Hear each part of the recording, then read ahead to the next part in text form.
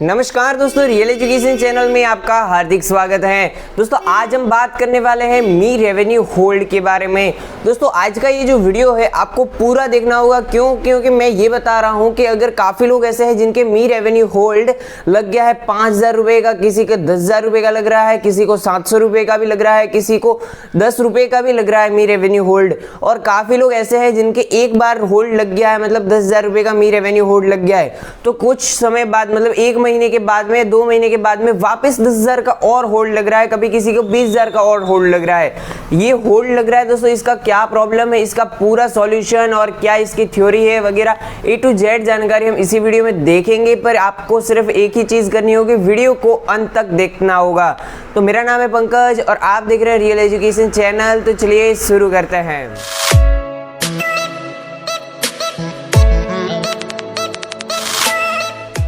दोस्तों वीडियो में आगे बढ़ने से पहले आपसे रिक्वेस्ट है, अगर आप इस चैनल पे नए हैं तो चैनल को सब्सक्राइब जरूर कर दीजिए और वीडियो को लाइक कर दीजिए। क्यों दोस्तों मैं आपको ये कह रहा हूँ, क्योंकि इस वीडियो को बनाने में बहुत ही ज़्यादा रिसर्च लगी है, इसकी पूरी इंफॉर्मेशन मैं आपको दे रहा हूँ। सबसे पहली चीज़ ये कि मी रेवेन्यू होल्ड थ्रू GEFU क्या होता है, ये जानने के लिए मैंने इंटरनेट पूरा सर्च कर लिया। इंटरनेट पे इसकी कोई जानकारी नहीं है। फिर मैंने कस्टमर केयर को कॉल करके पूछ लिया। कस्टमर केयर वालों का भी मानना है कि उनको भी इसके बारे में कोई जानकारी नहीं है। फिर मैंने बैंक को पूछा, बैंक में विजिट किया पर्सनली सिर्फ आप ही के लिए। दोस्तों बैंक में भी वहाँ पे इसके बारे में जानकारी नहीं दी गई थी, क्योंकि मेरे पास मेरे खुद का एक अकाउंट है जिसके ऊपर मी रेवेन्यू होल्ड है। अब मैंने जो मी रेवेन्यू होल्ड मेरे खुद के अकाउंट पे था, एक एक्स्ट्रा अकाउंट है उसके ऊपर मी रेवेन्यू होल्ड था, तो उसके बारे में मैंने भी बैंक को पूछा, तो बैंक के पास भी उसके बारे में कोई जानकारी नहीं है। तो मैंने सोचा कि बैंक के बारे में इसकी जानकारी कहीं पे भी नहीं है, ना बैंक को इसकी जानकारी है, ना ही इंटरनेट पे इसकी जानकारी है। तो ये होता क्यों है, मैंने ट्विटर भी पूरा देख लिया। ट्विटर पे लोगों की काफ़ी कंप्लेंट्स थी, बट उसके बारे में जानकारी नहीं थी। तो इसका पूरा दोस्तों यहाँ पे इंटरनेट पे कहीं पे जानकारी तो है नहीं, तो वो मैं आपको दे सकूँ। पर मैंने रिसर्च की और एनालाइज किया जो लोगों की कंप्लेंट्स थी, जिन जिन लोगों के मी रेवेन्यू होल्ड लगा था, उन्होंने क्या क्या गलतियाँ की थी, तब जाके उनका मी रेवेन्यू होल्ड लगा था, वो मैं आपको जरूर बता सकता हूँ। तो यहाँ पे स्टेप बाय स्टेप जान लेते हैं कि क्या क्या गलतियां लोग करते हैं जब जाके मी रेवेन्यू होल्ड लगता है। जहां तक दोस्तों मैंने एनालाइज किया है, तो सबसे पहली चीज तो रहती है ओवरड्राफ्ट की। अगर आपके अकाउंट में मान लीजिए 500 रुपए हैं और आपने कोई भी ऐसा कोई मान लीजिए 500 है या 5,000 है या 50,000 है, आपके अकाउंट में जितने भी पैसे हैं उससे अगर ज़्यादा आपने किसी और को ऑनलाइन ट्रांसफ़र कर दिए, मान लीजिए कि आपके अकाउंट में 5,000 रुपये हैं और आपने किसी को 5,010 रुपये ट्रांसफ़र कर दिए, तो उस समय वो जो 10 रुपये आपने एक्स्ट्रा किए हैं वो आपका ओवरड्राफ्ट हो जाता है। और जब भी ओवरड्राफ्ट लग जाता है तब आपका अकाउंट ऑटोमेटिकली होल्ड पे चला जाता है। और अब ये जो होल्ड जा रहा है, ये दोस्तों जा रहा है, नया होल्ड आ चुका है, मी रेवेन्यू होल्ड थ्रू GEFU।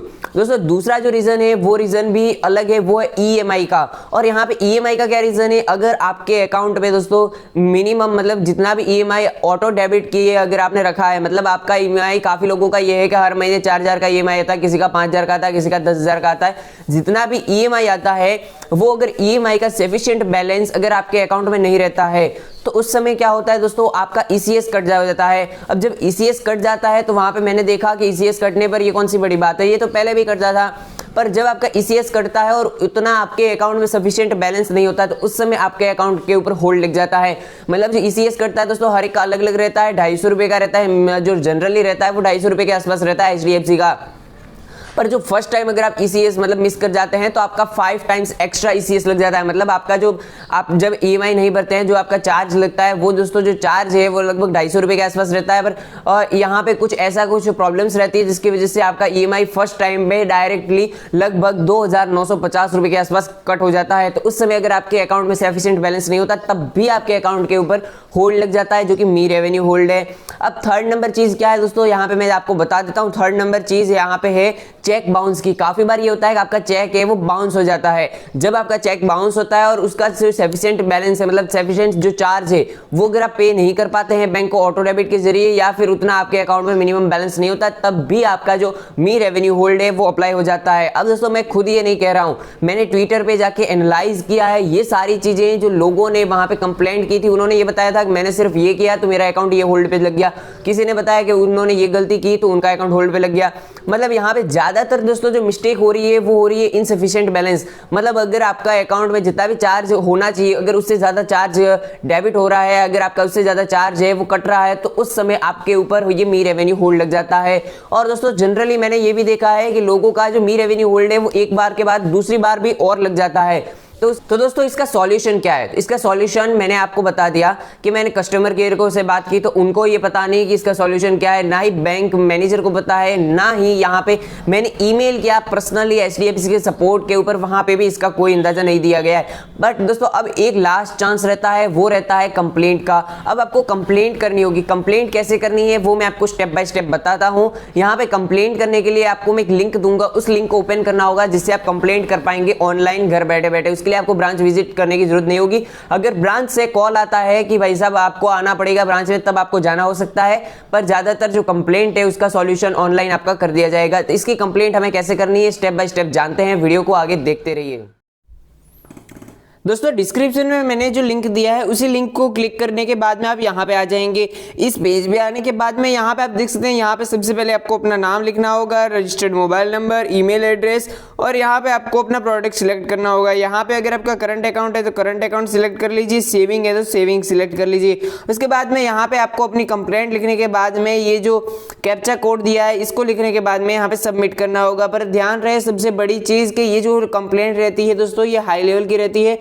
इससे पहले हमें एक छोटी सी कंप्लेंट कोई भी करनी होती है जिसका हमें रेफरेंस नंबर यहाँ पे सबसे पहले डालना होता है।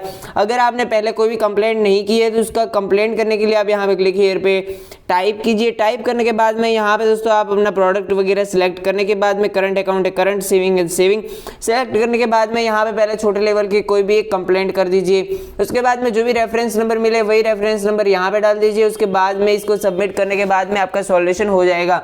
अगर फिर भी नहीं हो रहा है तो दोस्तों आपको आना ब्रांच विजिट करना होगा। ब्रांच विजिट करने के बाद में आपको बैंक मैनेजर से बात करनी होगी, वो इसका सॉल्यूशन आपको जरूर बताएंगे। आशा करता हूँ जो इन्फॉर्मेशन मैंने आज आप तक पहुंचाई है आपके लिए फायदेमंद रही होगी। आज का ये वीडियो देखने के लिए आपका बहुत बहुत धन्यवाद। जय हिंद, वंदे मातरम।